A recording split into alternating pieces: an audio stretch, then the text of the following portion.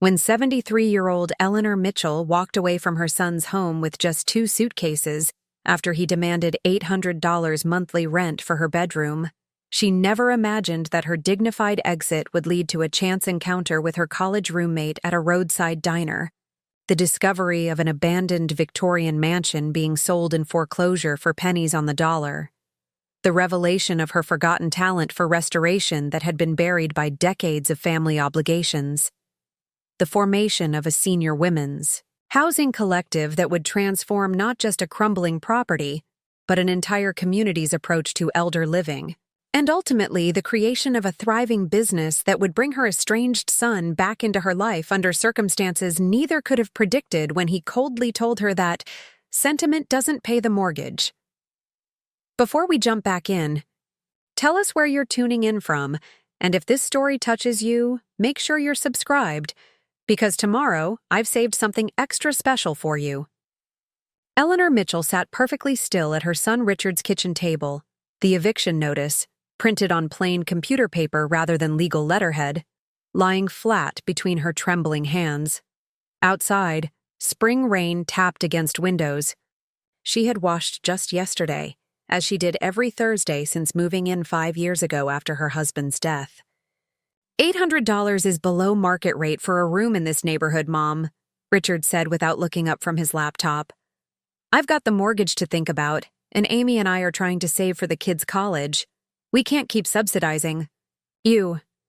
The word subsidizing cut through Eleanor like a knife. In her entire life, she had never been anyone's burden.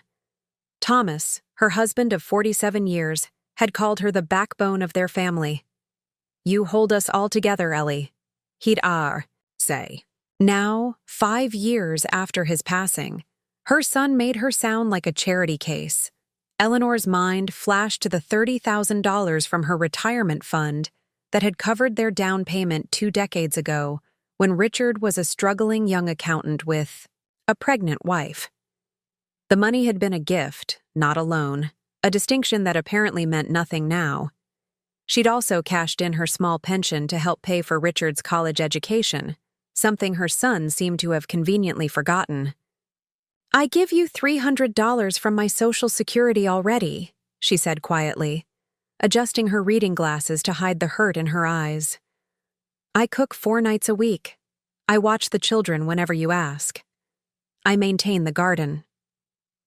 Richard sighed with the exaggerated patience he reserved for difficult clients and, increasingly, for her.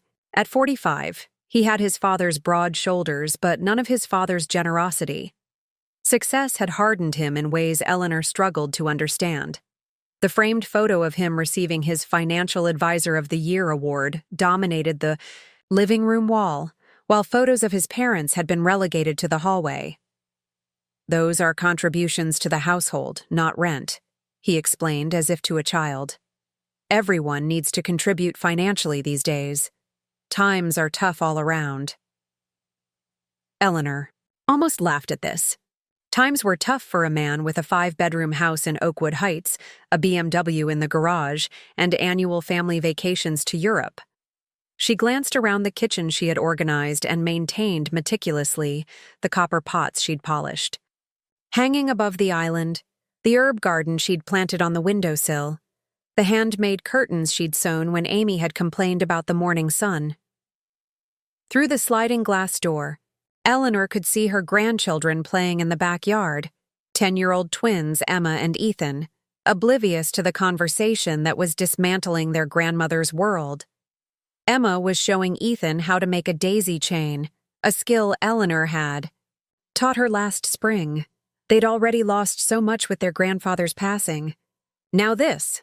I don't have $800 a month, Richard, not without depleting what little savings I have left. The money she'd managed to set aside wouldn't last a year at that rate, and then what? At 73, with arthritis making, her hands increasingly unreliable, her prospects for employment were virtually non-existent. Then maybe it's time to consider a senior living facility. Your Social Security would cover a basic room at Whispering Pines. He named the facility they'd driven past countless times, the one Eleanor had always referred to as God's Waiting. Room. The place where Mrs. Abernathy from church had been sent by her children, only to die of pneumonia 3 months later, alone except for overworked staff. I see. The words came out steadier than she felt. 73 years of life, reduced to a business transaction that wasn't paying sufficient dividends. You have until the end of the month to decide, Richard added, finally closing his laptop. Amy and I think it would be good for you to be around people your own age anyway. People my own age, as if she were a child needing playmates, rather, than a woman who had raised him, nursed her husband through cancer, and managed a household with perfect competence for 50 years. Eleanor remembered how Richard had cried when he'd fallen off his bicycle at age 7, how she'd bandaged his knee and told him he was brave, how she'd sat up with him night after night during his senior year, helping him study for his accounting exams, how she'd altered her mother's wedding dress by hand for Amy when they couldn't afford the bridal shop prices. "Would you like me to start dinner?" Eleanor asked, her voice hollow. "I marinated the chicken this morning." "No need. Amy and I are taking the kids out to celebrate her promotion. There's leftovers in the fridge you can heat up." Richard stood, tucking his laptop under his arm. "Think about what I said, Mom. It's really the most sensible solution for everyone." Everyone except me, Eleanor thought, but she nodded and managed a tight smile. She wouldn't give him the satisfaction of seeing her cry. After Richard and his family had departed, the children waving from the back seat, Amy avoiding eye contact entirely, Eleanor remained at the kitchen table as afternoon faded into evening. The eviction notice still lay before her, the words swimming as tears finally came. 5 years ago, when Thomas had died after a brutal battle with cancer, Richard had suggested she sell their modest home and move in with his family. "It makes financial sense, Mom," he'd said, "and the kids would love having you here." She'd been vulnerable then, disoriented by grief and the sudden solitude after almost 5 decades of marriage. The idea of being surrounded by family had been comforting. She had sold the little Cape Cod where she and Thomas had raised Richard, where they'd celebrated holidays and weathered hardships, where Thomas had built the oak dining table by hand, and she'd sewn curtains for every room. The $175,000 from the sale had mostly gone to Richard, for safekeeping, he'd said, and to invest for your future care. She'd kept only $40,000 in her own account, money that had dwindled as she'd helped with unexpected household expenses, birthday gifts for the grandchildren, and the occasional treat for herself. That night, as rain continued to pattern against her bedroom window, Eleanor made no attempt to sleep. Instead, she methodically inventoried her life. Her monthly Social Security check of $1,840, her remaining savings of $13,476, the arthritis in her hands that made her previous work as a seamstress increasingly difficult, the indignity of her son's dismissal. When had Richard changed? Eleanor pulled out the photo album she kept in her nightstand. Memories from before. Richard's graduation from State University, his arm around her shoulders, his father beaming proudly beside them. His wedding day, kissing Eleanor on the cheek and thanking her for everything, Mom. The day the twins were born, Richard pale with exhaustion but radiant with joy as he placed Emma in Eleanor's arms. There had been tensions even then, she realized. Small comments about her outdated views. Dismissive glances between Richard and Amy when Eleanor spoke about politics or current events. The gradual relegation of her role from valued family member to convenient childcare provider and housekeeper. Perhaps the change hadn't been sudden at all, but a slow erosion she hadn't wanted to acknowledge. Or perhaps it wasn't Richard who had changed, but the unspoken contract between generations. Her own parents had lived independently until their deaths, never relying on Eleanor and Thomas for financial support. She had expected to do the same until Thomas's medical bills and the recession had decimated their careful planning. By morning, as soft gray light filtered through her curtains, Eleanor had made her decision. It came to her with surprising clarity. As she watched a pair of cardinals at the feeder she had filled yesterday, the bright red male bringing seeds to his mate, an act of care that seemed to mock her current situation. She would not move to Whispering Pines to wither away in institutionalized loneliness. She would not pay rent to her own son for the privilege of continuing to cook his meals and tend his garden. She would not deplete her remaining savings trying to purchase what should freely be given: family love. The house was quiet when Eleanor descended the stairs at dawn, 2 suitcases packed with essential clothing, medications, and the few mementos she couldn't bear to leave behind: Thomas's pocket watch, their wedding album, the children's baby photos. She'd left her bedroom immaculate, bed made with hospital corners as she'd done every day since nursing school in the 1970s. In the kitchen, she placed her house key beside a handwritten note.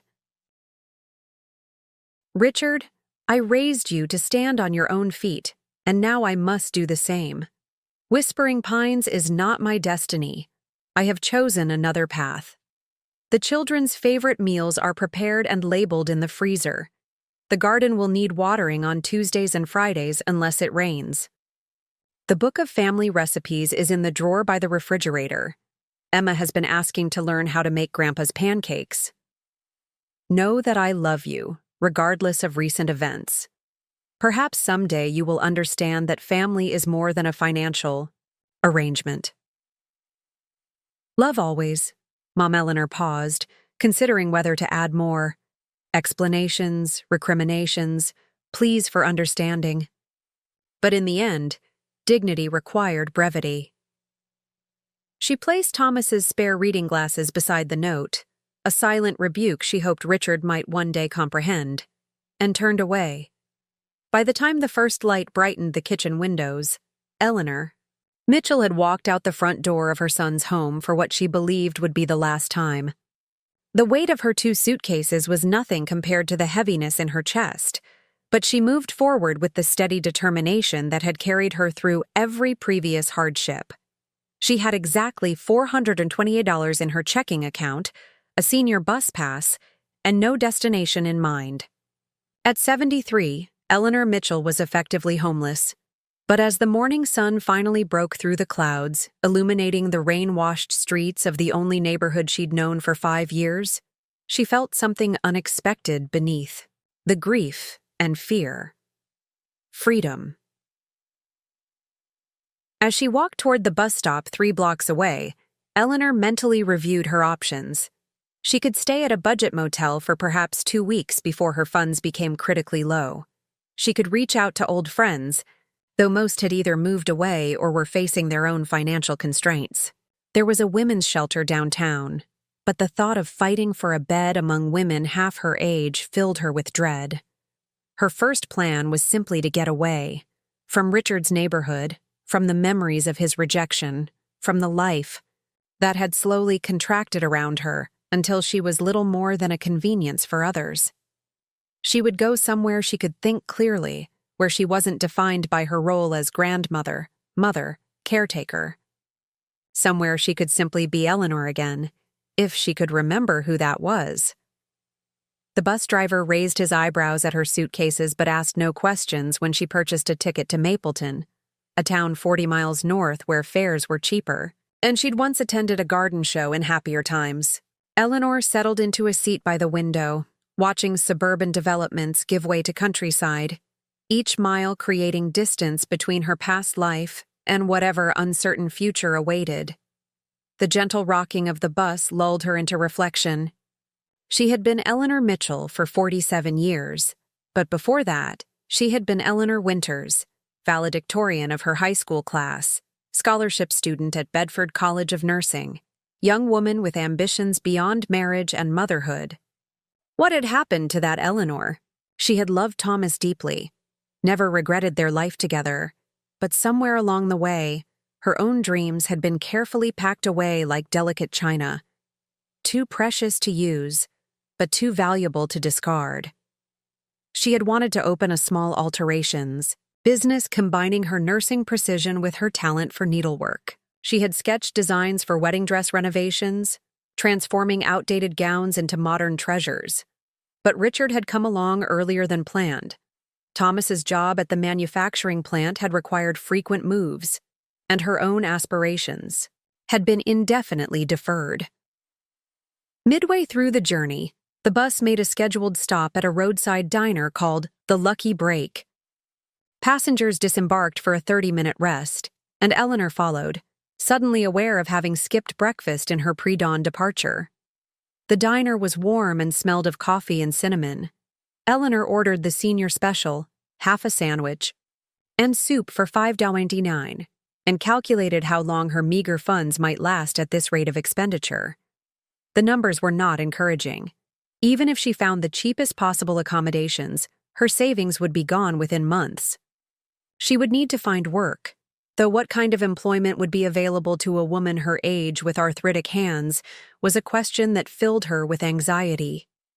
She considered calling her friend Patricia from church, who had moved to Arizona after her own husband died. They exchanged Christmas cards but hadn't spoken in years. Would it be too presumptuous to ask for temporary shelter? The thought made Eleanor's stomach tighten with shame. She had never been the sort to impose. "Eleanor Mitchell? Is that really you?" The voice came from behind her, familiar despite the decades that had passed since she'd last heard it.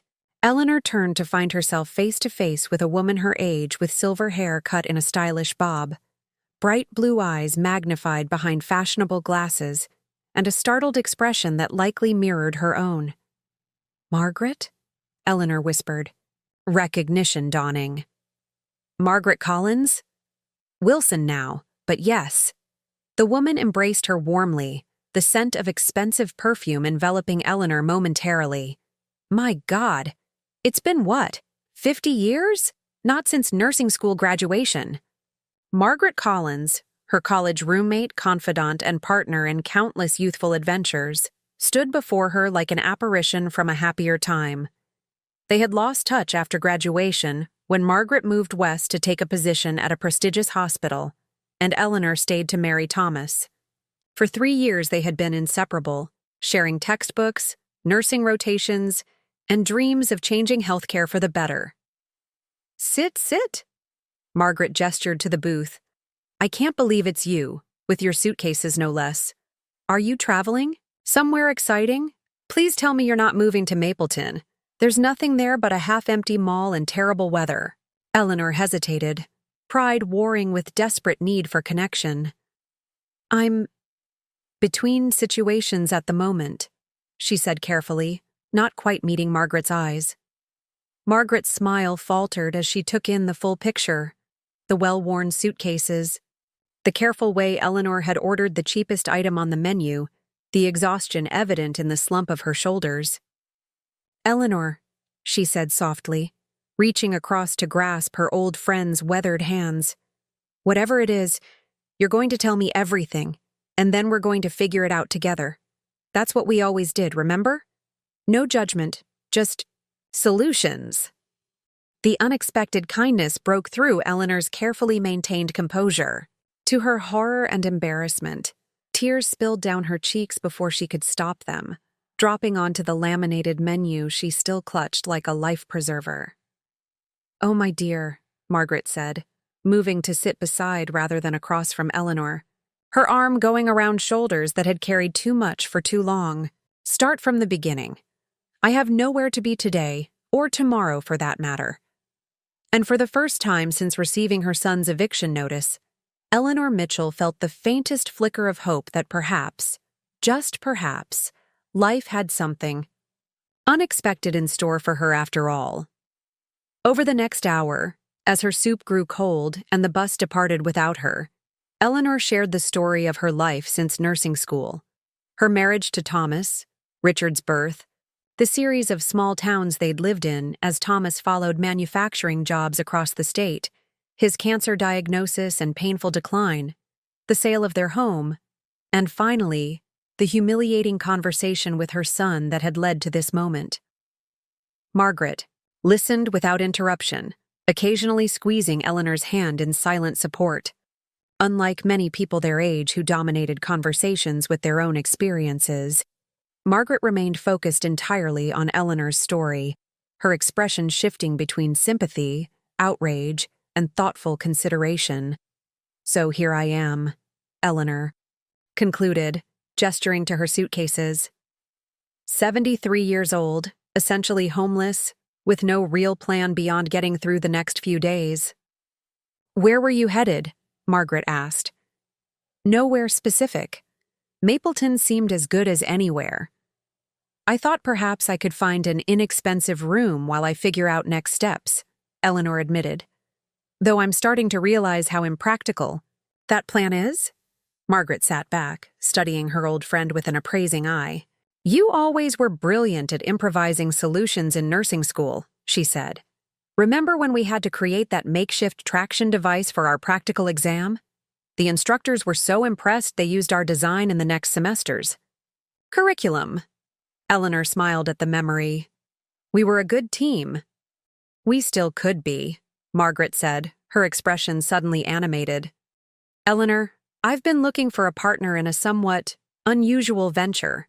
I was actually on my way to meet with a real estate agent about a property that might be perfect, but I've been hesitating because it's too much for one person to manage." "A venture?" "Margaret, I don't have money to invest in anything. I just told you."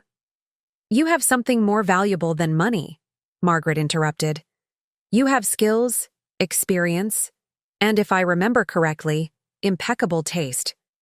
Tell me, did you ever pursue that talent you had for restoration and design?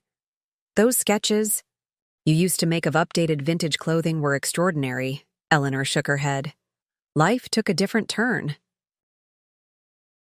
"Well, perhaps it's time for another turn," Margaret said, a gleam of excitement in her eyes. "My dear friend, would you be willing to postpone your non-existent plans for Mapleton and come with me to see a rather interesting property? I think it might offer a solution for both of us." Eleanor glanced at her suitcases, at the bus schedule posted by the diner entrance, at her half-eaten senior special. What did she have to lose? "I suppose I could," she said cautiously. "Where is this property?" Margaret's smile widened as she signaled for the check. "About 20 miles from here, in a little town called Millfield.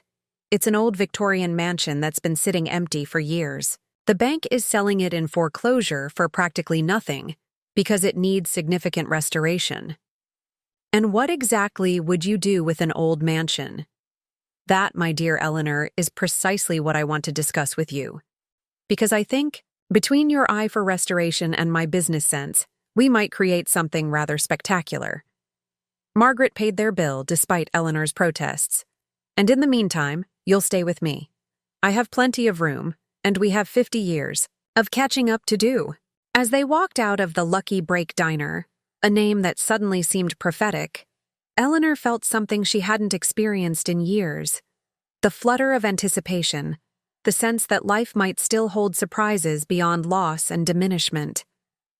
Perhaps this encounter was mere coincidence, or perhaps it was something more. A chance alignment of need and opportunity, a door opening just as another had firmly closed.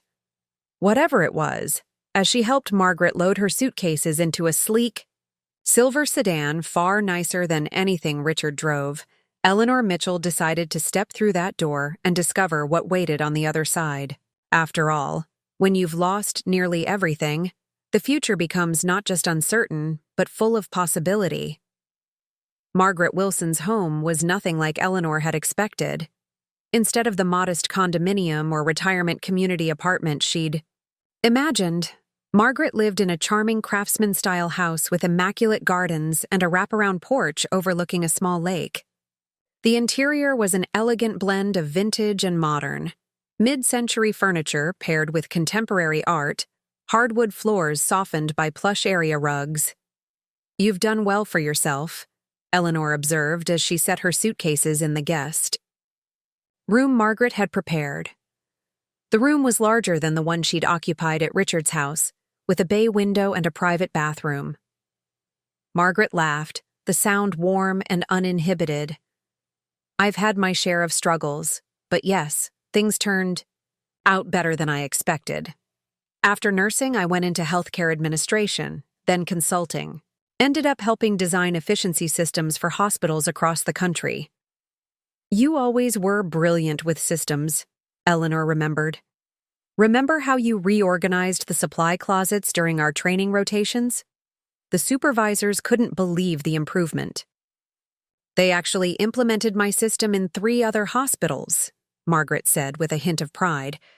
But enough about ancient history. Let's talk about tomorrow. The realtor is meeting us at the property at 10. Before we go, I want to explain what I have in mind. See if it resonates with you. Over a dinner of homemade pasta and wine from Margaret's impressive collection, she outlined her vision. After retiring from her consulting firm 3 years earlier, Margaret had been searching for a meaningful project that would utilize her business acumen while addressing a problem she'd observed repeatedly during her career. The way we handle aging in this country is abysmal, she said, refilling Eleanor's wine glass. Particularly for women. We outlive our spouses, watch our savings dwindle with rising healthcare costs, and then face impossible choices. Become dependent on children who may resent the burden, move to sterile facilities we can't really afford, or struggle to maintain homes alone until some health crisis forces the issue. Eleanor nodded, thinking of her own situation. Richard made it clear I was an imposition, and Whispering Pines. She shuddered. Exactly. Places like Whispering Pines warehouse the elderly at exorbitant costs while providing minimal services. Margaret continued, but what if there was an alternative? A community designed by and for older women, combining private spaces with shared resources, allowing residents to maintain independence while providing mutual support? A retirement community? Eleanor asked, not quite seeing the innovation. More, like a cooperative living arrangement with entrepreneurial elements, Margaret explained, her eyes bright with enthusiasm. The property I've been eyeing is an 1890s Victorian mansion that's fallen into disrepair. It has 15 bedrooms, multiple common areas, and nearly 3 acres of grounds. The bank has foreclosed and is selling it for a fraction of its potential value because of the renovation costs. She pulled out her tablet, showing Eleanor photographs of a once grand house with peeling paint, a sagging porch, and obvious neglect. Despite its condition, the bones of the building were magnificent, soaring ceilings, intricate woodwork, large windows that would flood the rooms with light if properly restored. It's in Millfield, about 15 minutes from here.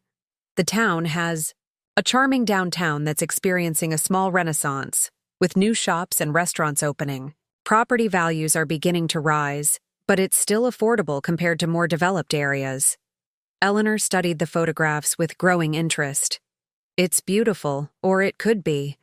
But Margaret, a property like this would require enormous investment to restore, even at a reduced purchase price. That's where my financial situation and your talents create a perfect partnership, Margaret said. I can purchase the property outright, no mortgage to worry about. The renovation costs would be substantial, but I've run the numbers, and with careful planning and the right approach, it's feasible. My talents? Eleanor echoed, confused. Margaret, I'm not sure what you think I bring to this equation. I don't have money to invest. Margaret reached across the table to take Eleanor's hand.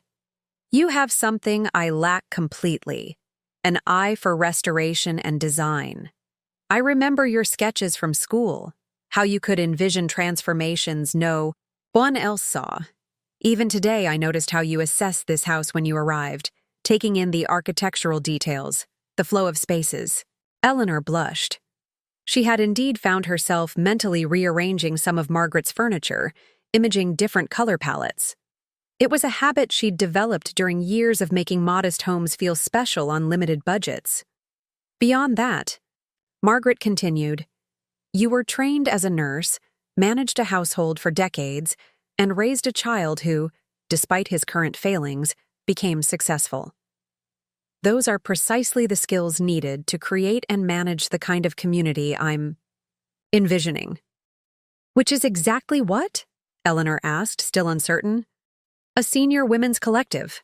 We would renovate the mansion to create 5 to 7 private suites, each with bedroom, sitting area, and bathroom. The remaining space would become shared areas: a gourmet kitchen, dining room, library, craft studio, and gardens. We would invite carefully selected women to join us, women with complementary skills and compatible personalities, all seeking an alternative to traditional retirement options. The concept was beginning to take shape in Eleanor's mind. And these women would pay rent? Not exactly rent. They would buy into the collective with an initial investment, then pay monthly fees covering utilities, maintenance, and other shared expenses, lower than typical senior living costs, but enough to make the operation sustainable. So it's a business, Eleanor clarified. Yes and no. It's a sustainable living arrangement that covers its costs and provides security for its members. But I'm thinking beyond that. Margaret's expression grew animated. The property includes a carriage house that could be converted into a retail space, perhaps a cafe and shop featuring items created by collective members. Your sewing and restoration skills could be central to that aspect. Eleanor sat back, overwhelmed by the scope of Margaret's vision.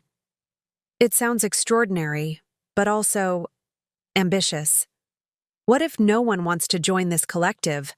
What if the renovation costs spiral out of control? What if it works? Margaret interrupted. Gently. What if, instead of ending your days in a place like Whispering Pines, you help create something revolutionary? Something that might become a model for other communities? Eleanor, I have the financial resources to make this happen, but I need a partner who shares the vision and brings complementary skills. Someone I trust. Trust? The word resonated deeply. When had anyone last trusted Eleanor with something important? Richard had gradually excluded her from family decisions, treating her input as outdated or irrelevant. Even her role with the grandchildren had been increasingly restricted by Amy's particular views on childcare. Why me? She asked finally. We haven't seen each other in 50 years, Margaret. I'm essentially homeless, with minimal resources. Surely there are more qualified partners available. Margaret's expression softened. Do you remember our final nursing rotation? The terminal ward at County General? Eleanor nodded. Those weeks had been challenging. Young women confronting mortality daily, learning to provide comfort when cure was impossible. There was that patient, Mrs. Donovan, with advanced cancer. None of the nurses wanted her assignment because she was difficult, angry about her prognosis. But you took it on. And instead of just managing her symptoms, you found ways to restore her dignity. You brought in fabrics to create privacy screens that were beautiful, not just functional. You arranged her hair and helped her with makeup before her family visits. She was dying, Eleanor said simply, but she was still a woman who cared about her appearance, her environment. Exactly, Margaret said triumphantly. That's precisely what I need. Someone who understands that aging doesn't diminish our humanity or our desire for beauty and dignity. Someone with both practical skills and emotional intelligence. The proposition hung between them, tantalizing in its possibilities, yet daunting in its scope. Eleanor thought of her alternatives, continuing to a destination she'd chosen at random, depleting her savings on temporary accommodations, perhaps eventually crawling back to Richard when desperation overcame pride. Could I at least see this property before making any decisions? She asked finally. Margaret's smile was radiant. Of course. No commitment required yet. Just keep an open mind. That night, in the comfortable guest room with its luxurious sheets and soft lighting, Eleanor found herself unable to sleep for the second consecutive night. But this time, excitement rather than dread kept her awake. She opened her suitcase and extracted a small sketchbook she'd packed impulsively, one of the few personal items she hadn't left behind. For the first time in years, she began to draw, letting her imagination transform the dilapidated Victorian in Margaret's photographs into something new. Bedroom layouts, common area arrangements, Garden plans flowed from her pencil as if a dam had broken, releasing creative energy long suppressed. Around 3 in the morning, Eleanor finally set aside her sketchbook, surprised to find it nearly half-filled with ideas. Whether Margaret's project was practical or not, it had awakened something Eleanor had nearly forgotten, her capacity to envision and create beauty. Morning brought clear skies and a sense of anticipation as they drove to Millfield in Margaret's luxury sedan. The town was indeed charming. A classic main street with a mix of historic buildings and newer establishments, flower baskets hanging from old-fashioned street lamps, and surprisingly busy sidewalks for a weekday morning. The town has been revitalizing. Over the past 5 years, Margaret explained as they drove through, several tech companies established small offices here to give employees an alternative to city living. There's a community college branch that opened 2 years ago, and a new medical center under construction. Property values are rising, but still reasonable. They turned onto a tree-lined avenue of grand old homes, some meticulously maintained, others showing signs of having been divided into apartments. At the very end of the street, set back from the road and partially hidden by overgrown vegetation, stood the Victorian mansion from the photographs, even more impressive and more dilapidated in person. Oakwood Manor, Margaret announced as they pulled into the circular driveway where a woman in a crisp business suit stood waiting beside her car. Built in 1893 by a railroad magnate, later converted to a small hotel, then a boarding house. It's been empty for 7 years since the last owner died without heirs.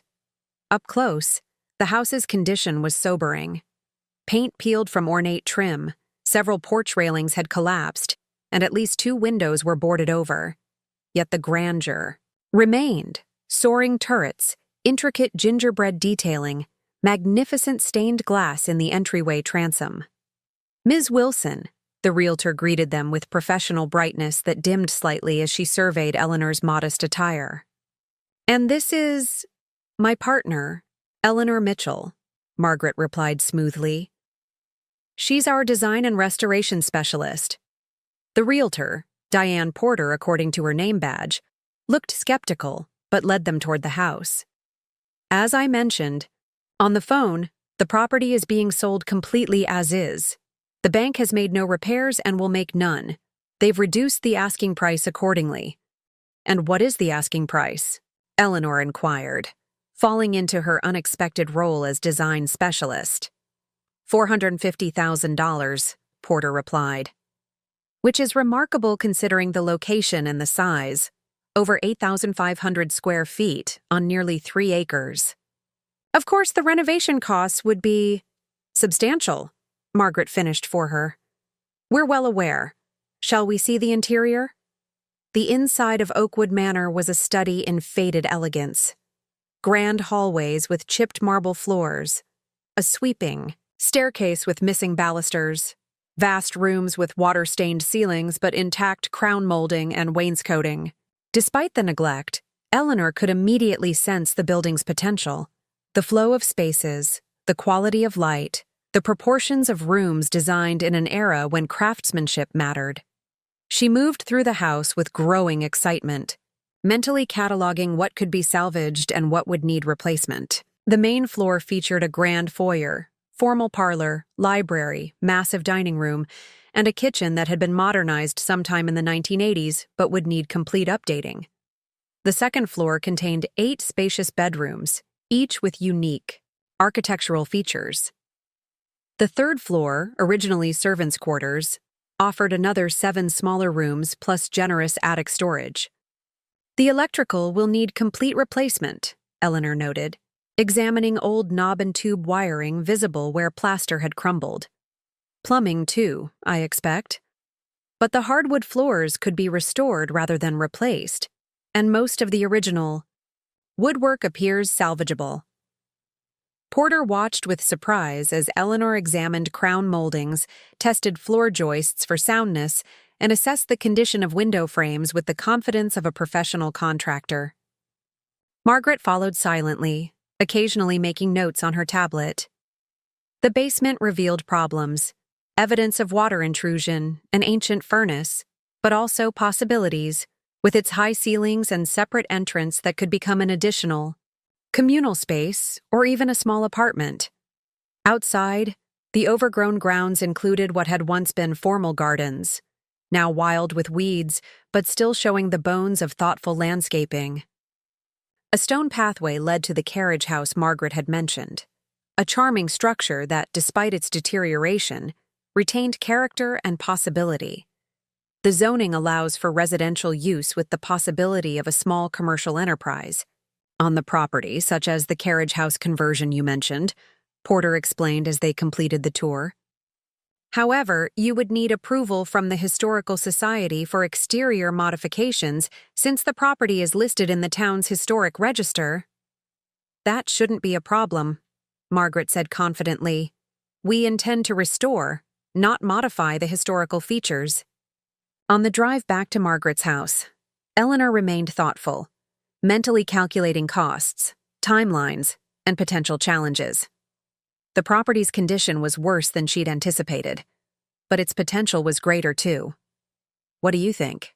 Margaret asked finally, breaking the contemplative silence. It's a magnificent building with good bones, Eleanor replied carefully.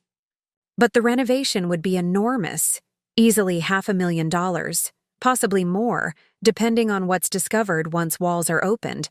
The systems alone, electrical, plumbing, HVAC, would consume a substantial budget. But it's doable? Eleanor hesitated. With proper planning, skilled contractors, and realistic expectations about timeline?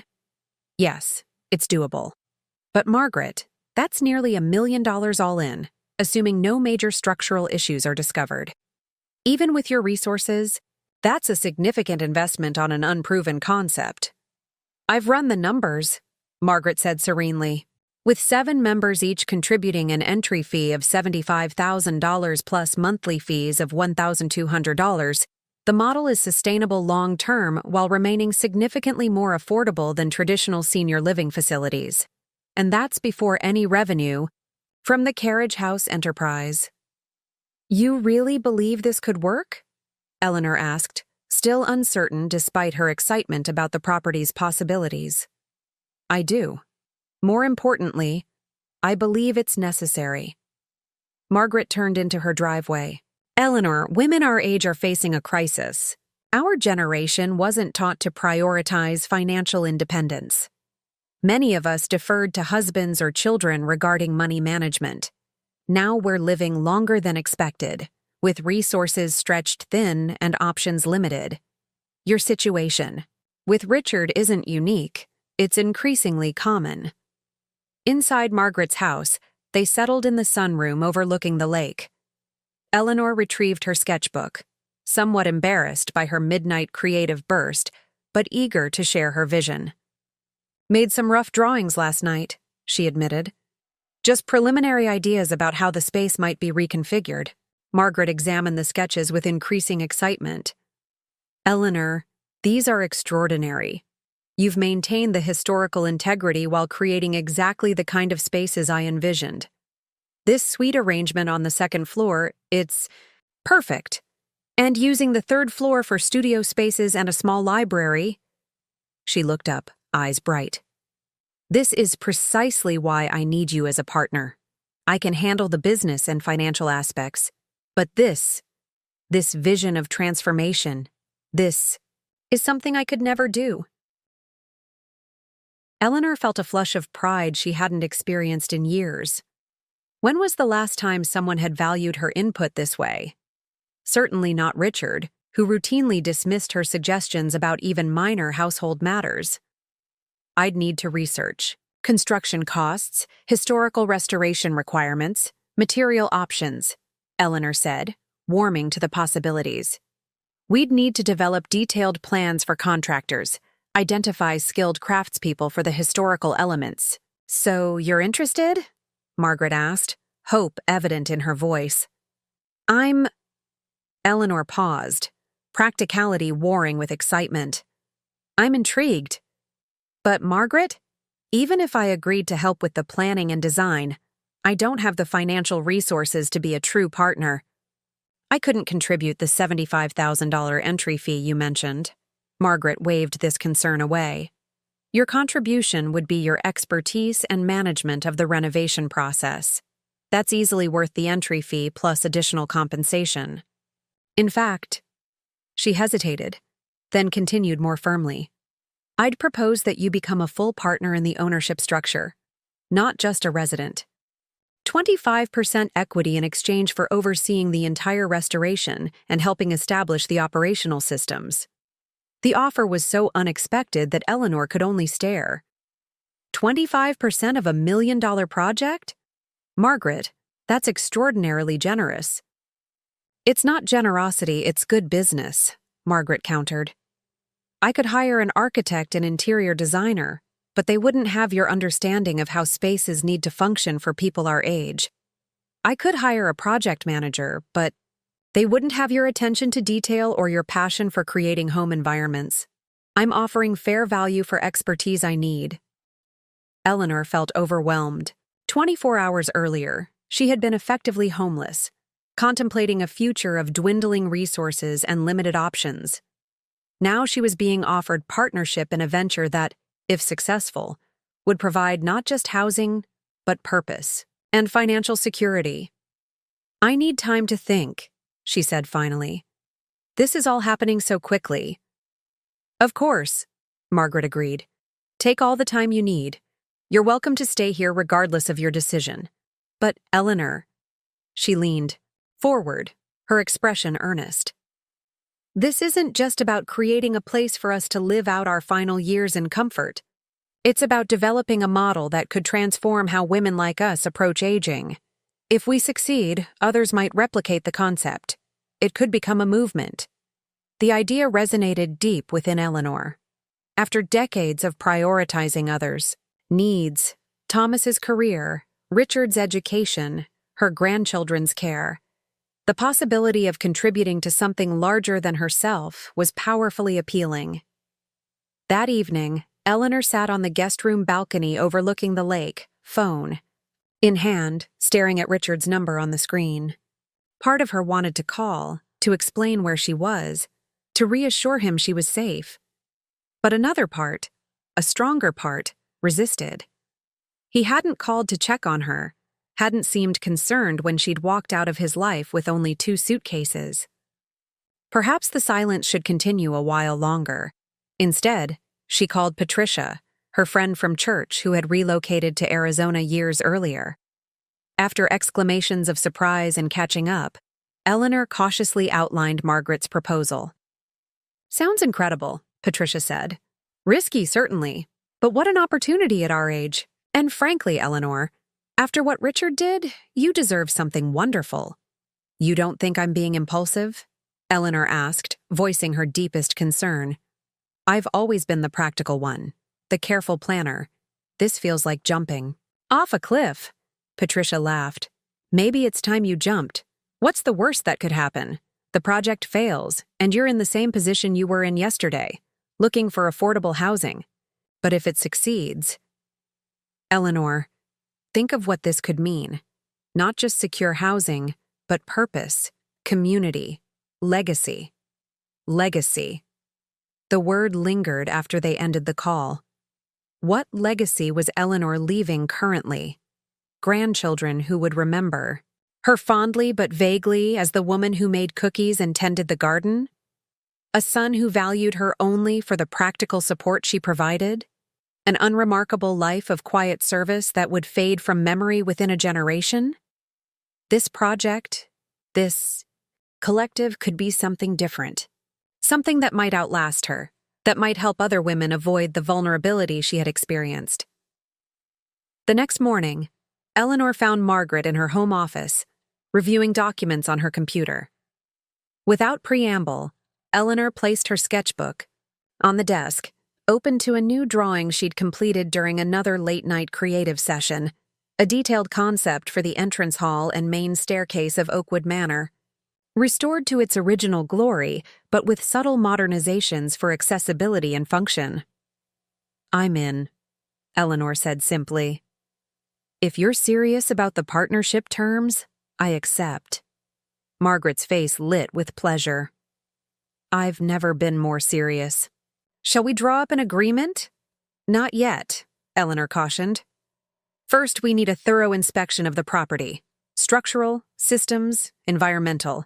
We need accurate renovation estimates from qualified contractors experienced in historical restoration.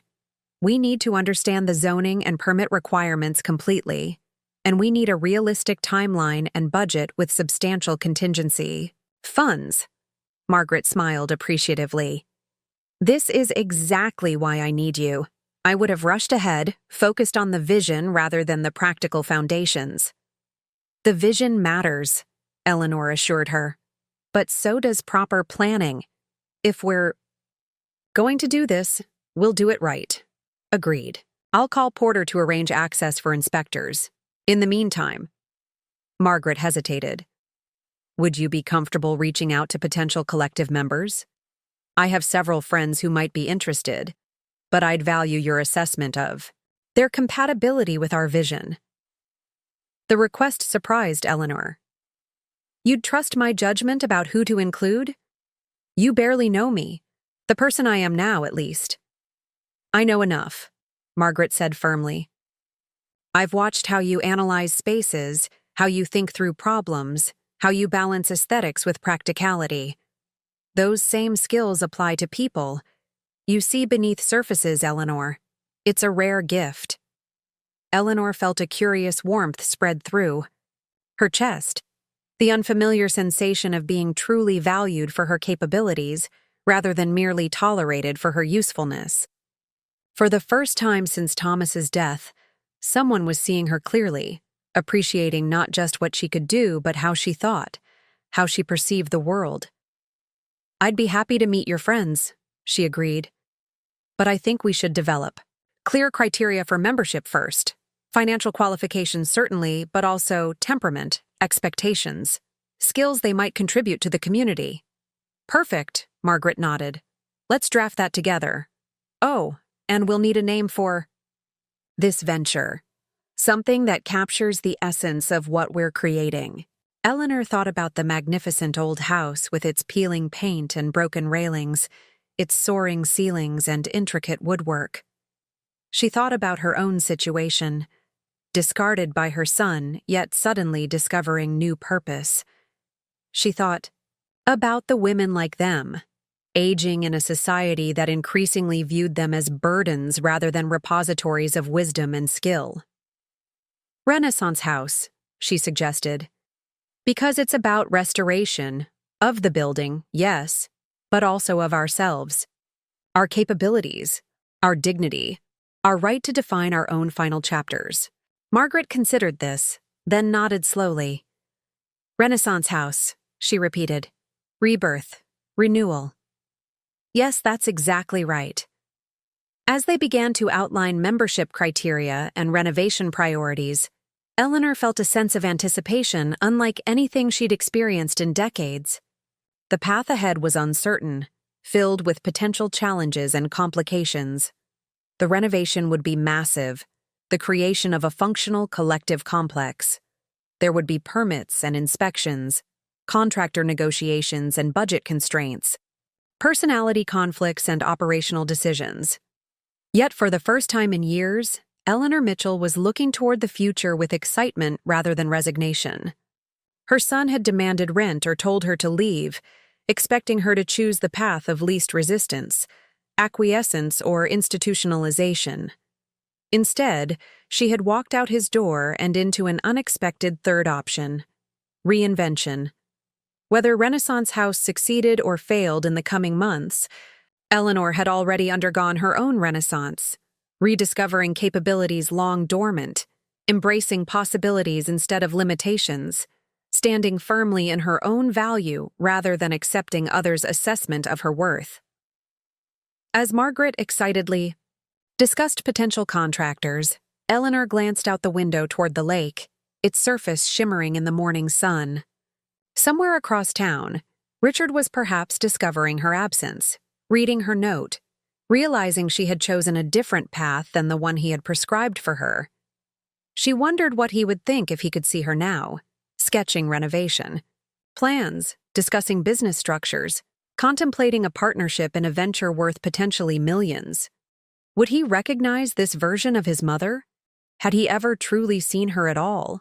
The thought brought not bitterness, but a curious sense of liberation. Eleanor no longer needed Richard's recognition to validate her choices. For the first time in longer than she could remember, she was choosing her own path, defining her own value, creating rather than merely maintaining. At 73, with arthritis in her hands and only $13,000 to her name, Eleanor Mitchell was starting over.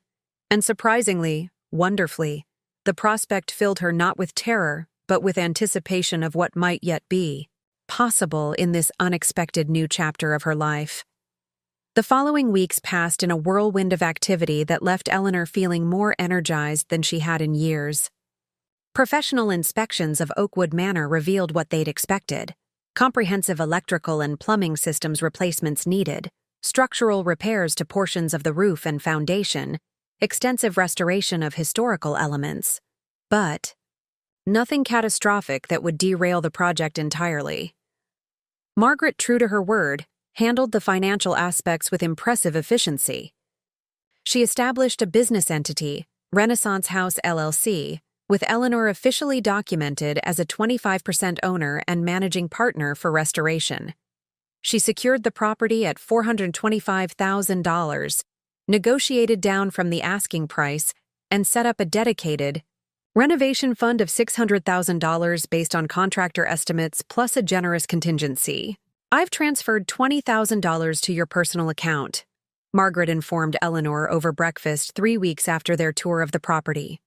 "Your first compensation installment as project manager. The closing is next week, and contractors can begin the following Monday." Eleanor nearly choked on her coffee. $20,000?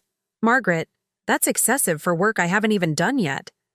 "It's an advance against your project management fee, which we agreed would be 7% of the renovation budget," Margaret replied matter-of-factly. "That's $42,000 total, considerably below market rate for managing a project of this complexity. You'll need proper clothing for site visits, a new laptop for design work, and transportation. I've also scheduled delivery of a car for you tomorrow." "A car?" Eleanor set down her cup carefully. "Margaret, I can't accept—" "It's a company vehicle," Margaret interrupted smoothly. "Renaissance House needs reliable transportation for materials acquisition, contractor meetings, and potential member interviews. The fact that you'll be the primary driver is simply practical." Eleanor recognized the gentle stubbornness in Margaret's expression, the same look she'd worn in nursing school when she was determined to prevail in debates with instructors. Some battles weren't worth fighting. "Thank you," she said instead. "I'll use it responsibly." The vehicle turned out to be a practical but comfortable SUV, perfect for navigating construction sites and transporting materials. Eleanor's protests died when she realized how essential it would become to their daily operations.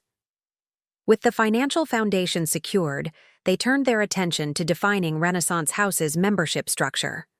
Together, they drafted criteria emphasizing financial stability, compatible temperament, and valuable skills or experiences that would contribute to the collective.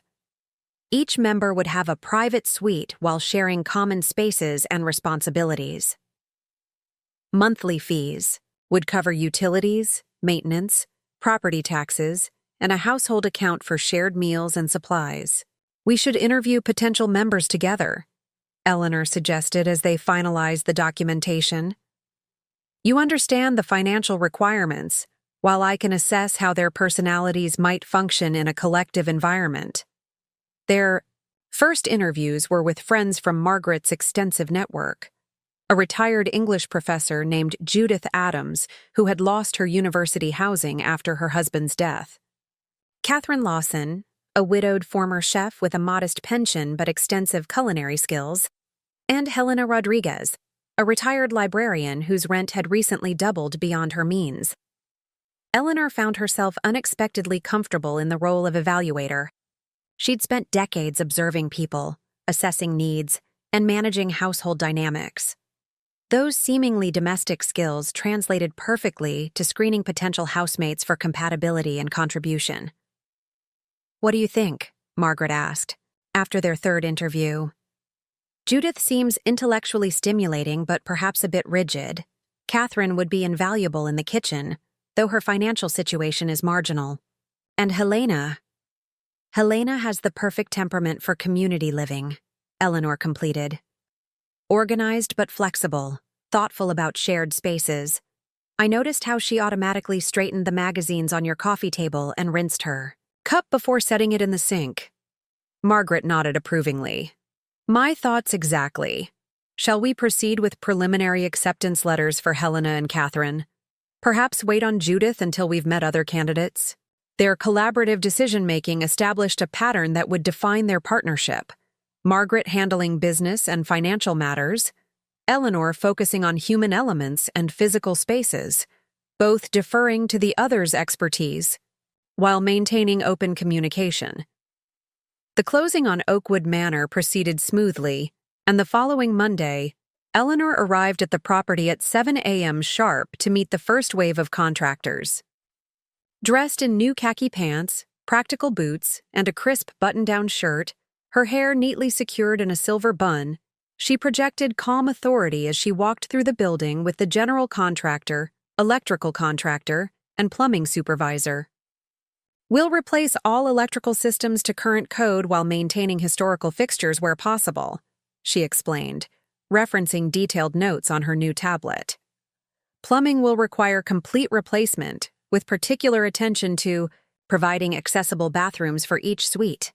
The original woodwork must be carefully preserved during all demolition phases." The contractors, all men, most younger than Eleanor, initially seemed skeptical of taking direction from a 73-year-old woman with no formal construction background. Their attitudes shifted quickly as Eleanor demonstrated comprehensive knowledge of the building's structure, clear vision for the renovation, and unwavering standards for craftsmanship. "Mrs. Mitchell knows exactly what she wants and won't accept shortcuts," Eleanor overheard the electrical contractor telling his crew during their lunch break. "Document everything properly and do it right the first time." By the end of the first week, the initial demolition had revealed both challenges and opportunities. More water damage than expected in the East Wing, but also hidden treasures including original heart pine flooring under linoleum in the kitchen and intact marble fireplace surrounds that had been covered by later renovations. Eleanor established a daily routine, arriving early to walk through with crew leaders, making decisions about unexpected issues, documenting progress with photographs, and conferring with specialty contractors about historical elements. In the afternoons, she would return to Margaret's house to update budgets, research materials options, and refine design plans. For the first time in years, she found herself using skills developed during a lifetime of homemaking in a context where they were valued rather than taken for granted. Her ability to manage multiple competing priorities, to mediate conflicts between different trades, to find creative solutions to unexpected problems, all earned respect from the construction team and appreciation from Margaret. "You're in your element," Margaret observed one evening as Eleanor showed her photographs of the latest discoveries, an original stained glass window uncovered when plaster was removed from an interior wall. "I've never seen you so vibrant." Eleanor hadn't recognized the change in herself until Margaret mentioned it. She stood straighter these days, spoke more confidently, made decisions without seeking approval. Even her appearance had transformed. Her once plain silver hair now styled in a sophisticated bob after Catherine recommended her stylist.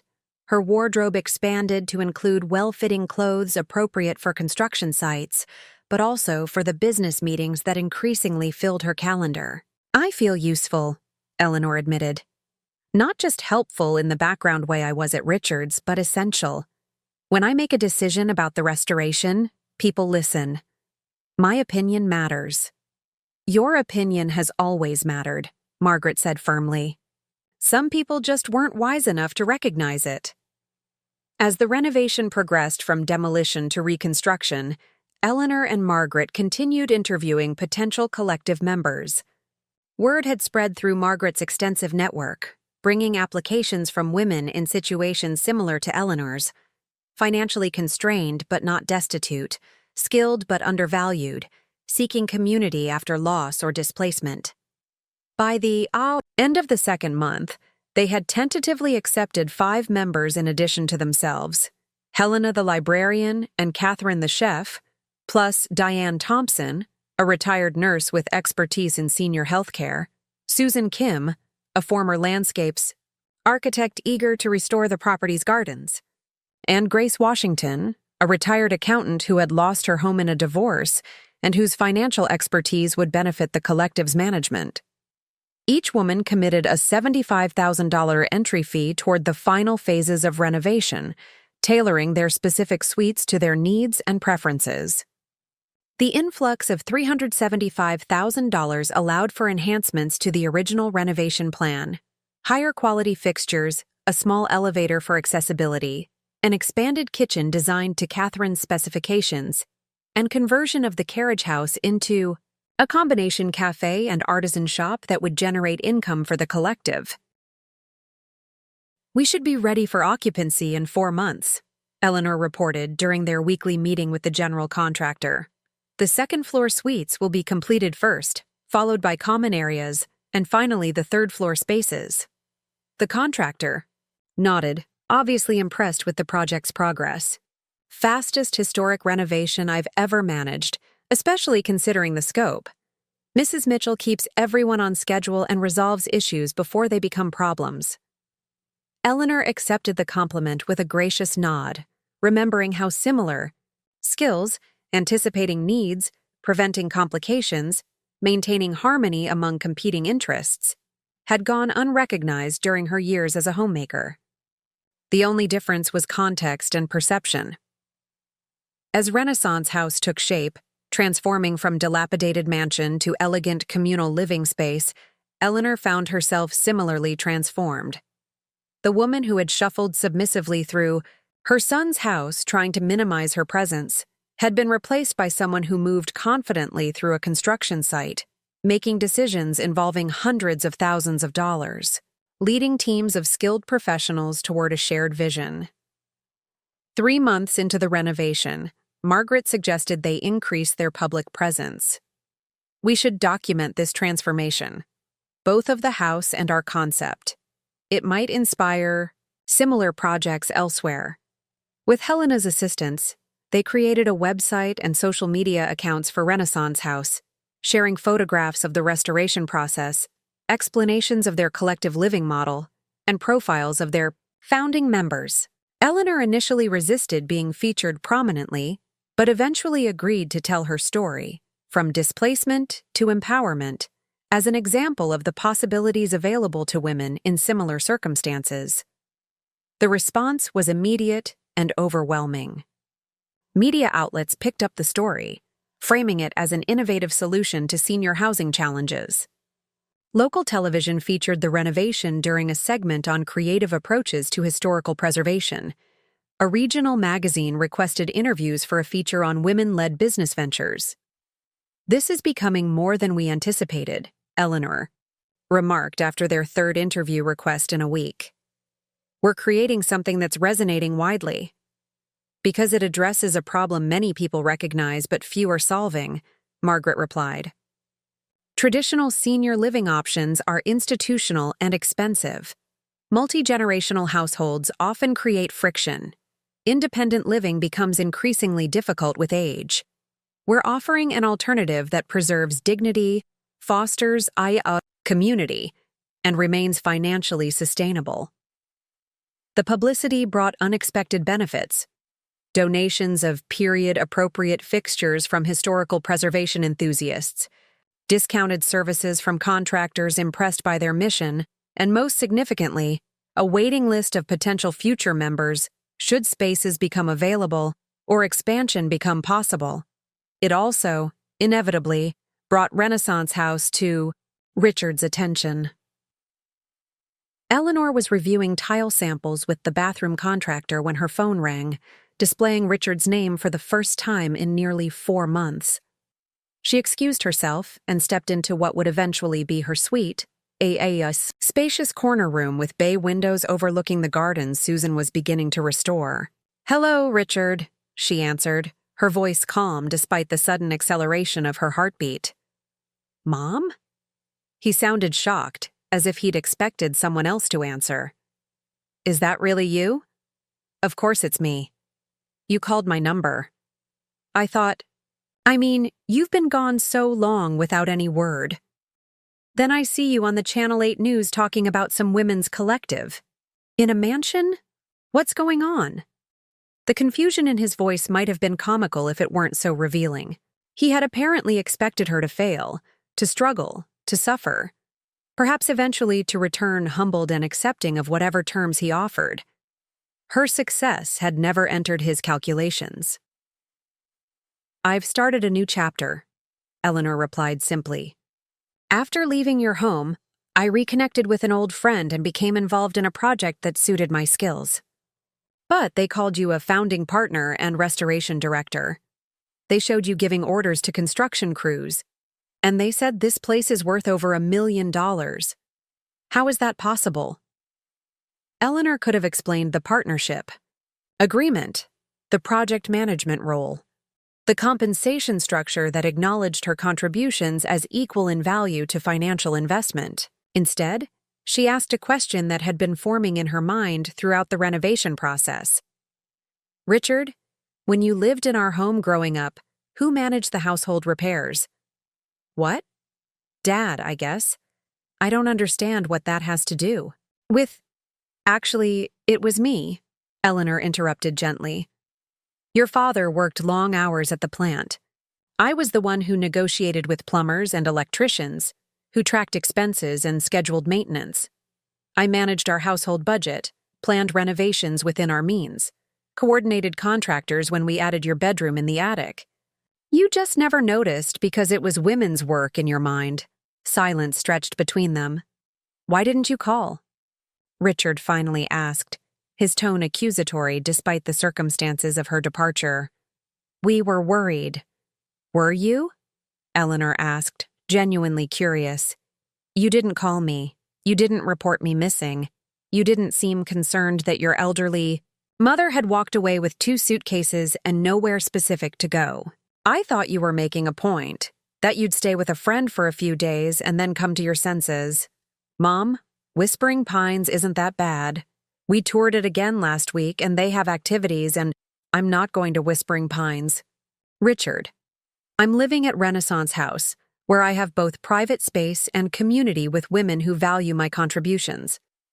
I'm busy creating something meaningful that may help others in similar situations. But what about us? What about the twins? They miss you."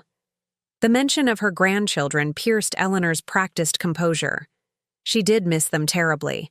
Emma's curious questions, Ethan's spontaneous hugs, their delight in the simple activities she'd shared with them. "I miss them too," she admitted. "They're welcome to visit once we're settled. You and Amy as well, if you're interested in seeing what I've been creating." "So that's it? You're not coming back?" The question revealed how little Richard understood about what had happened, both her departure and her subsequent transformation. He still saw her decision as temporary, a reaction rather than a choice, a bargaining position rather than a new direction. "Richard, I'm building a new home and a new life. I'm not coming back, because there's nothing to return to except a room I would pay unreasonable rent for while being treated as a burden. I'd welcome having you in my new life, but I won't return to my old one." After the call ended, Eleanor remained by the window, watching Susan direct landscapers in clearing decades of overgrowth from what would become Renaissance House's community gardens. The conversation with Richard had been difficult but clarifying. She had changed in these months, not just in circumstances but in fundamental ways. She had reclaimed parts of herself, long suppressed in the name of family harmony. When she mentioned the conversation to Margaret that evening, her friend listened thoughtfully before offering a perspective Eleanor hadn't considered. "Perhaps Richard needed to see you succeed independently before he could recognize your value, Margaret suggested. Some people can only respect what others admire. That's a rather cynical view, Eleanor observed. Realistic, not cynical, Margaret corrected, gently. How did he sound when he realized you were being interviewed on television, managing a significant renovation project? Shocked, confused, almost impressed despite himself. Exactly. Your son defined your worth by your economic productivity, offering to pay rent or move to Whispering Pines. Now you've demonstrated value in terms he understands: business partnerships, property development, media attention. It's unfortunate that he couldn't appreciate your intrinsic worth, but perhaps this external validation will create an opening for a healthier relationship. Eleanor considered this possibility as the renovation entered its final phases. The transformation of Oakwood Manor into Renaissance House was nearly complete. Individual suites personalized for each member, common areas designed for both functionality and beauty, gardens beginning to show structure beneath Susan's careful guidance. The carriage house renovation had evolved into an ambitious enterprise, renewed, a cafe and artisan shop that would feature baked goods from Catherine's kitchen, handcrafted items from collective members, and eventually, Eleanor's specialty, restored vintage clothing and home textiles. Her rediscovered sewing skills, combined with her eye for quality and design, had already produced several stunning garments from vintage materials that the other members insisted would sell immediately once the shop opened. 5 months after walking away from Richard's house with 2 suitcases, Eleanor stood in what would soon be her suite at Renaissance House, directing the installation of custom bookshelves. The space reflected her reawakened aesthetic sensibilities: soft, blue walls with white trim, comfortable seating oriented to capture natural light, space for both reading and sewing. The adjoining bathroom featured accessibility elements that would accommodate potential mobility issues without appearing institutional. A seamless curbless shower, elegant grab bars that doubled as towel racks, a vanity that could accommodate a seated position if needed. Mrs. Mitchell? The carpenter's voice interrupted her thoughts. Where would you like the display cabinet for your husband's memorabilia?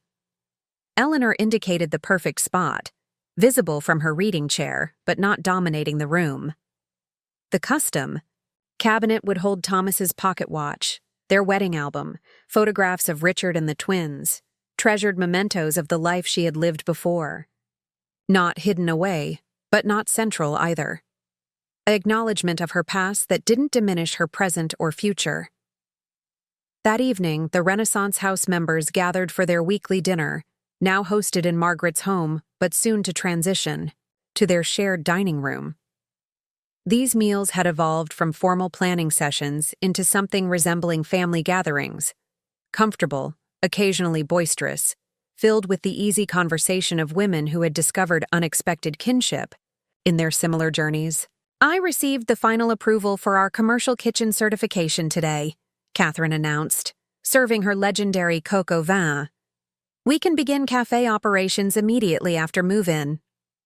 The website has already received inquiries about booking the cafe for small events, Helena added, and 3 requests about applying for future openings in the collective. The financials are exceeding projections, Grace reported with satisfaction. Between member contributions, projected cafe revenue, and the tax advantages of our historic CO restoration, we're on track for complete sustainability by year 2. Eleanor listened to these reports with quiet pride. What had begun as Margaret's vision and her desperate need had evolved into something remarkable, not just a living arrangement for 7 women of a certain age, but a viable model that challenged conventional approaches to aging, housing, and community. I have news as well, she said during a lull in the conversation. My son called today. He and his family would like to visit Renaissance House next weekend for a tour. The table fell, silent. All the members knew Eleanor's story. It had become part of their shared narrative, an example of the vulnerability they were all working to address through their collective approach. How do you feel about that? Diane asked, her nursing background. Evident in her gentle probe of emotional well-being, Eleanor considered the question carefully. Cautiously optimistic. Richard seemed genuinely curious about what we've created. The twins are excited to see me. And Amy. She shrugged. Amy will come because it's expected. Will it be difficult, showing them what you've accomplished without their support or belief in you? Susan asked with characteristic directness. Perhaps, Eleanor acknowledged. But it's not about proving them wrong or seeking their approval. It's about sharing this new chapter of my life with family who may or may not choose to remain part of it. Margaret raised her wine glass in a toast. To Eleanor, who has demonstrated that sometimes the best response to being told to leave is to walk out the door and build something better. As the other women echoed the toast, Eleanor felt a complex mixture of emotions: pride in what they had collectively created, satisfaction in her reclaimed capabilities, lingering sadness for relationships damaged, hope for potential reconciliation. Most profoundly, she felt a sense of belonging that had nothing to do with financial contribution or familial obligation, and everything to do with being valued for exactly who she was. 1 week later, Eleanor stood at the entrance of Renaissance House, watching Richard's SUV navigate the newly paved circular driveway. The property had been transformed. Gardens blooming where once weeds had choked the landscape, fresh paint highlighting the Victorian detailing, new slate roof gleaming. In the afternoon sun, the Renaissance House sign, hand-carved by a local artisan, welcomed visitors to what was now among the most impressive properties in Millfield. Eleanor had dressed carefully for this reunion, a tailored pantsuit in a flattering shade of blue, comfortable but elegant shoes, simple pearl earrings that had been her mother's. Her hair, now styled in the sophisticated bob Margaret had encouraged, framed a face that looked noticeably younger than it had 6 months earlier. Purpose and pride had erased years of strain that resignation and accommodation had etched into her features. As Richard, Amy, and the twins emerged from their vehicle, Eleanor observed their expressions: the children's excitement, Amy's barely concealed skepticism, and Richard's undisguised shock as he took in the magnificence of what he had assumed would be a modest shared living arrangement. "Grandma!" Emma broke protocol first, running forward to embrace Eleanor with unrestrained affection. "Your house is like a castle." "It's our house," Eleanor corrected gently, returning the hug before extending her arms to include Ethan. "I share it with 6 other wonderful women you're about to meet. We each have our own special area, but we also have lots of spaces we enjoy together." Richard approached more cautiously, his expression a study in conflicting emotions: surprise at the property's grandeur, confusion about Eleanor's transformed appearance, perhaps a dawning recognition that his assumptions about her capabilities had been severely limited. "Mom," he greeted her, awkwardly leaning in for a brief hug. "This is impressive. You're really living here?" "I am," Eleanor confirmed. "Not just living here, I helped create it. Would you like a tour? The other members are preparing a welcome tea in the conservatory we restored." As she led her family through the grand entrance hall with its gleaming hardwood floors and meticulously restored staircase, Eleanor felt a curious sense of completion. 6 months ago, she had walked out of Richard's house with no destination and limited resources, driven by the need to preserve her dignity when faced with the choice between exploitation and institutionalization. Today, she welcomed her son into a home she had helped design, renovate, and establish, not as a dependent seeking approval, but as a successful woman sharing her accomplishments with family who might or might not fully comprehend the transformation they were witnessing. Whether Richard understood was ultimately less important than what Eleanor now knew with absolute certainty. When her son had demanded rent or told her to leave, the best choice she could have made was walking out that door. Life indeed had other plans, better ones than she could have possibly imagined when she boarded that bus with 2 suitcases and an uncertain future. As they entered the sunlit conservatory where Margaret and the others waited to greet her family, Eleanor caught her son's expression as he took in the elegant space, the well-dressed, vibrant women, the evident prosperity of the environment his mother now called home. "Welcome to Renaissance House," she said, gesturing toward the future she had built from necessity, determination, and rediscovered talents. "Let me introduce you to my new family." 1 year after Eleanor Mitchell walked away from her son's home, with 2 suitcases, Renaissance House celebrated its official anniversary with an open house event that drew visitors from across the state. The Victorian mansion had been transformed from a dilapidated foreclosure into a showpiece of historical restoration and innovative senior living. The grounds, once overgrown and neglected, now featured meticulously maintained gardens, walking paths, and a small orchard of heritage apple trees that Susan had lovingly restored. Inside, 7 women had created not just a shared living space, but a thriving community. Each member had her private suite, personalized sanctuaries reflecting individual tastes and needs, while common areas pulsed with collaborative activity. The formal dining room hosted nightly shared meals prepared in rotation, though Catherine's contributions were universally acknowledged as superior. The library, curated by Helena, offered comfortable reading nooks and an impressive collection spanning classic literature to contemporary research on aging. The third-floor studio spaces accommodated various creative pursuits: Diane's watercolors, Susan's botanical illustrations, Grace's surprisingly accomplished pottery. Most unexpectedly successful was Renewed, the carriage house enterprise that had evolved from Margaret's initial concept into a destination that regularly attracted visitors from neighboring communities. The cafe portion, under Catherine's direction, served exceptional pastries and light meals using ingredients from their own gardens.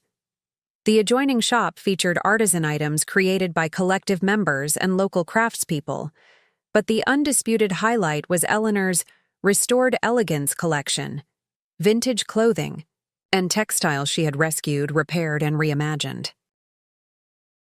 Eleanor considered the possibility.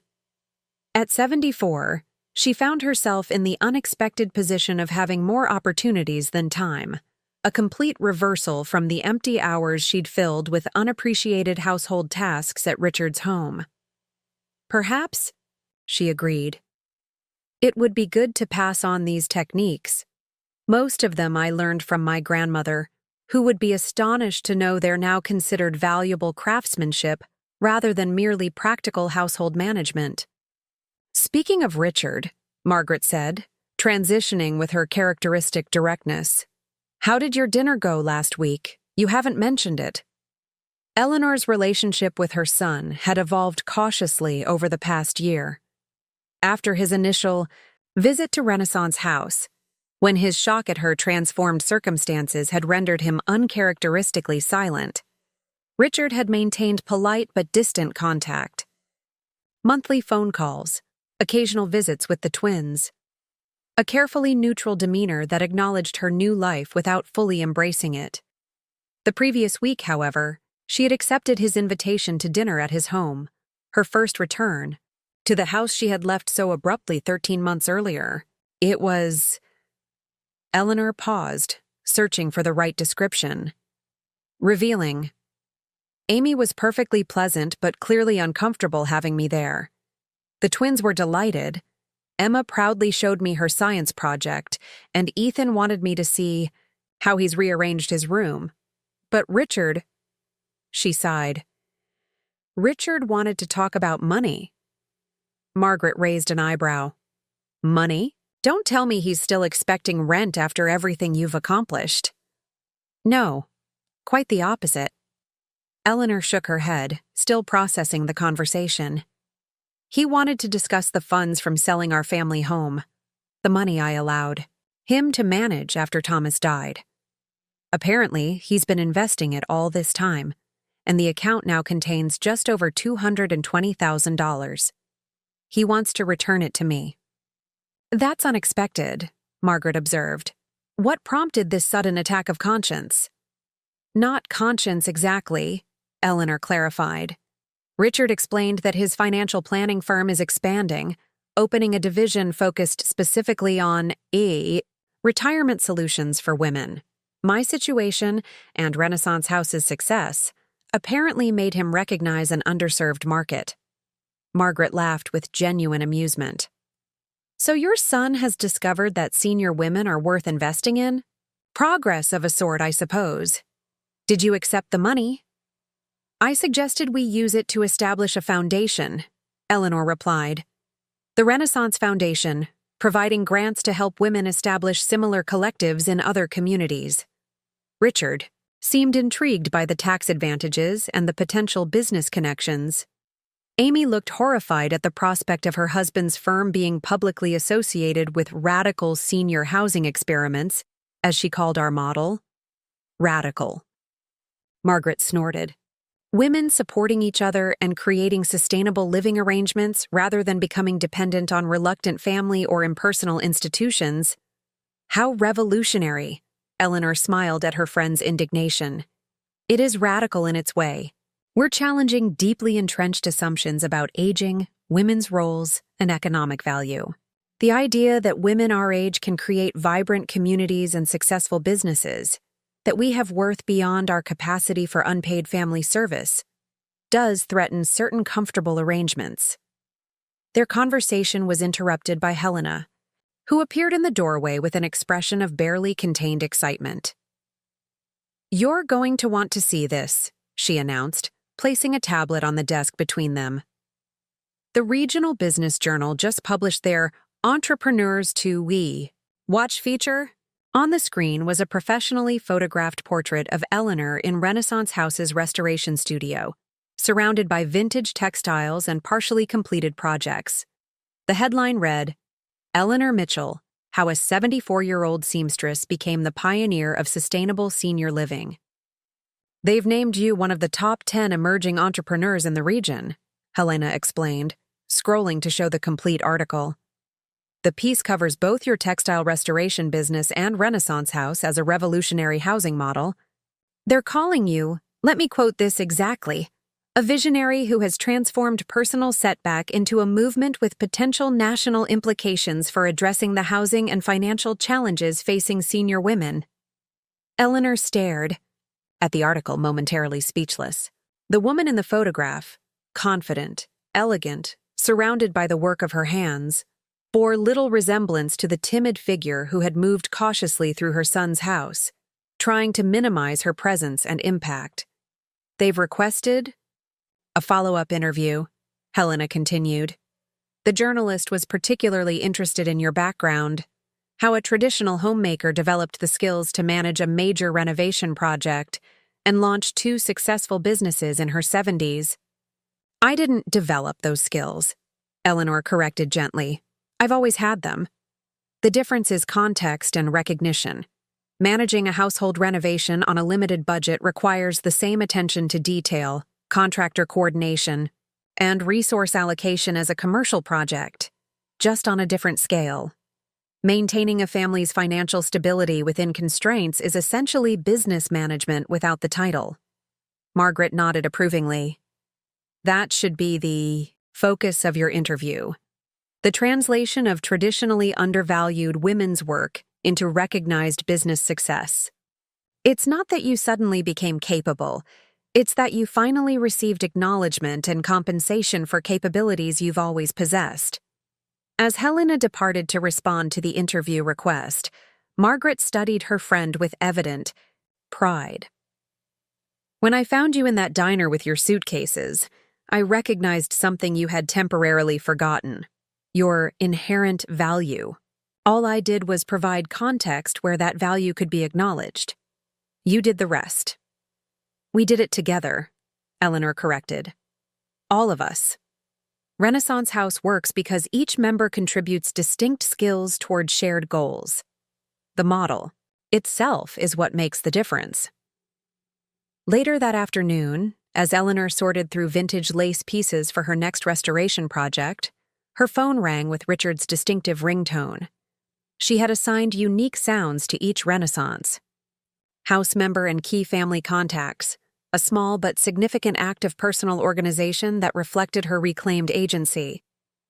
"Hello, Richard," she answered, setting aside the delicate fabric. "Mom, have you seen the business journal?" He sounded both impressed and slightly defensive. "You're featured as one of their top entrepreneurs." "Helena just showed me the article," Eleanor confirmed. "It was unexpected."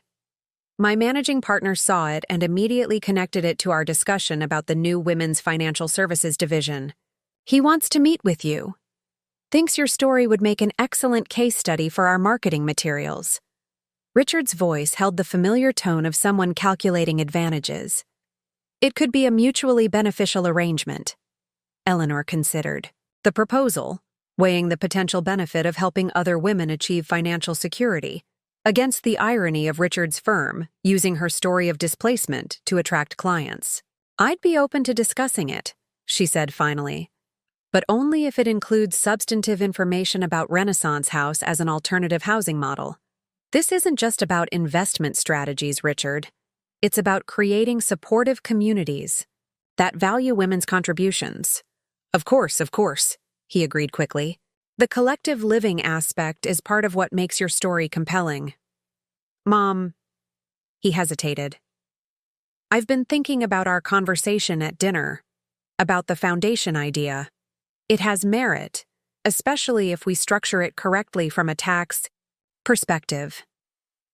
Eleanor noted the shift from "your foundation idea" to "our conversation," a subtle repositioning that was characteristically Richard. He had always been adept at aligning himself with successful initiatives, regardless of their origin. "I'd welcome your professional input on the foundation structure," she said graciously. "Your financial expertise would be valuable. Perhaps you could join us for the expansion project planning meeting next week? The second Renaissance House property will be our first opportunity to refine and replicate our model." The invitation was both genuine and strategic. Richard's financial acumen would indeed benefit their planning, but his involvement would also further integrate him into Eleanor's new life on terms that acknowledged her leadership rather than presumed her dependence. "I'd be happy to attend," he replied, sounding pleased at the professional recognition. "Should I bring the preliminary foundation documents we discussed?" "That would be helpful. We'll meet in the main library at 2 on Wednesday. The entire collective will be there. They're all potential foundation board members, so your presentation should address them as business equals." After finalizing the details, Eleanor ended the call with a sense of quiet satisfaction. The dynamic with her son had shifted fundamentally. Where once she had accommodated his expectations, now he was adjusting to hers. The woman who had been expected to pay rent for a bedroom in her son's house was now inviting him to present at a business meeting in a property she partially owned. The woman who had departed with 2 suitcases and no destination had found not just a house but a home, not just activity but purpose, not just company but community. In choosing to leave rather than diminish herself through payment for basic family connection, Eleanor Mitchell had discovered that life indeed had other plans. Better ones than she could possibly have imagined when she closed her son's door behind her for what she thought would be the last time. Outside her window, lights glowed warmly from the other Renaissance House suites, Helena reading in her literary sanctuary, Catherine experimenting with new recipes in the shared kitchen, Susan arranging dried flowers from the garden, Diane writing letters at her antique desk, Grace reviewing investment opportunities for their expansion fund, Margaret planning their next community initiative. 7 women who had refused cultural invisibility. 7 women who had transformed vulnerability into strength through collective action. 7 women who had created a model of aging that celebrated continued growth, contribution, and self-determination. Eleanor secured her needle in its case and carefully set aside the completed evening purse, ready for tomorrow's final inspection before joining the Boston collection. Another object restored to beauty and function through skills developed over a lifetime. Another small victory in the continuing renaissance of Eleanor Mitchell, not despite her 74 years, but because of the wisdom, patience, and creativity those years had cultivated. When her son had demanded rent or told her to leave, walking out had seemed like the end of something. Security, family connection, belonging. Instead, it had been the beginning of everything that mattered most. Dignity, recognized, worth acknowledged, purpose rediscovered. Life had indeed had other plans. Up next, you've got 2 more standout stories right on your screen. If this one hit the mark, you won't want to pass these up. Just click and check them out. And don't forget to subscribe and turn on the notification bell so you don't miss any upload from us.